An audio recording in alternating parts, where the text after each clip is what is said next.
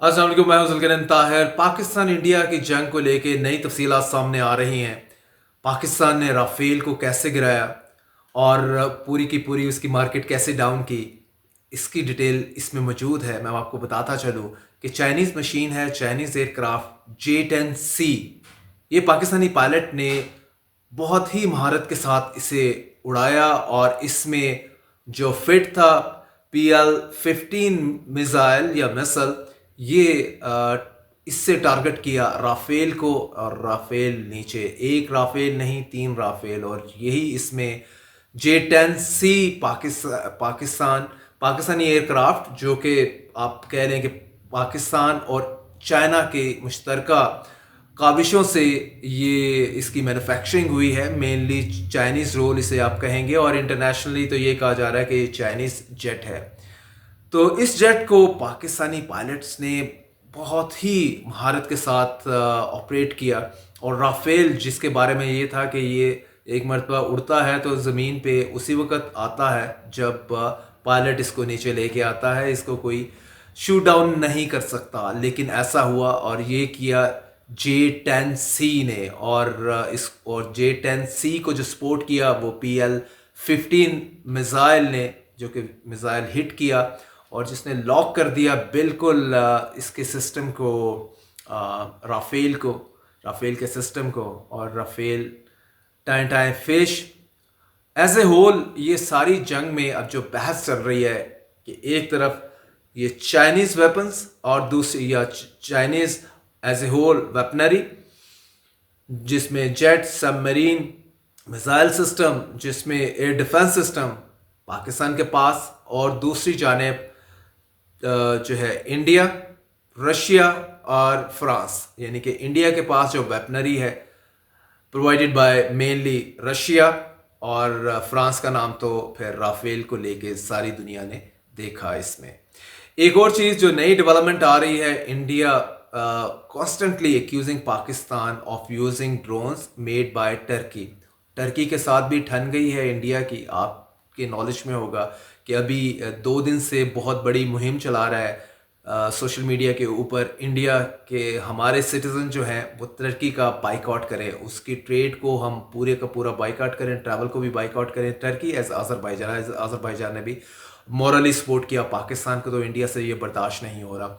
और जो latest in the line है वो ड्रोन है कि ये ड्रोन जो है वो पाकिस्तान को इंडिया ने टर्की ने प्रोवाइड किए हैं, और इंडिया ने वो इंटरसेप्ट किए हैं सम 300 ड्रोन्स। पाकिस्तान ने इसको कंफर्म नहीं किया कि क्या उसने ड्रोन इंडिया पे चलाए हैं और उसकी तादाद कितनी है, या वो मेड बाय टर्की है। और ना सिर्फ इंडिया इस चीज़ को सर पिटा रहा है, बल्कि ये भी एक्यूज़ कर रहा है कि हमने 2 ऑपरेटर जो हैं, यानी कि टर्किश ऑपरेटर जो पाकिस्तान में ऑपरेट कर रहे थे इन ड्रोन को, वो भी they loss in lives in the attack, जो उन्होंने मिसाइल अटैक किया है।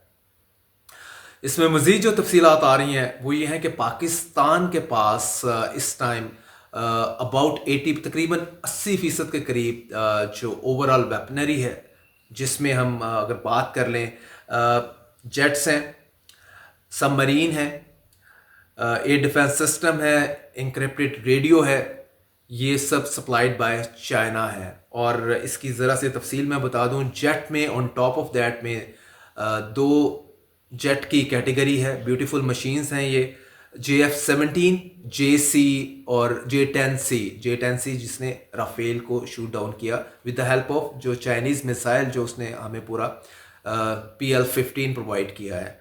इस तरह जो हमारा एयर डिफेंस सिस्टम है HQ-9B, इसके हवाले से थोड़े से क्वेश्चंस हैं, क्योंकि इंडिया के मिसाइल किस तरह से पाकिस्तान में हिट कर गए, इसको इंटरसेप्ट क्यों नहीं कर पाए, इसके ऊपर कुछ क्वेश्चंस हैं।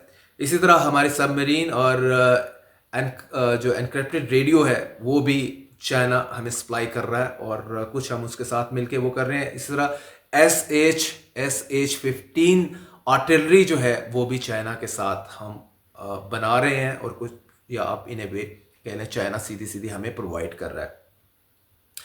तो टॉपिक क्या चल रहा है? चाइना, ये चल रहा है कि China jets beat the west best, west का बेस्ट राफेल है।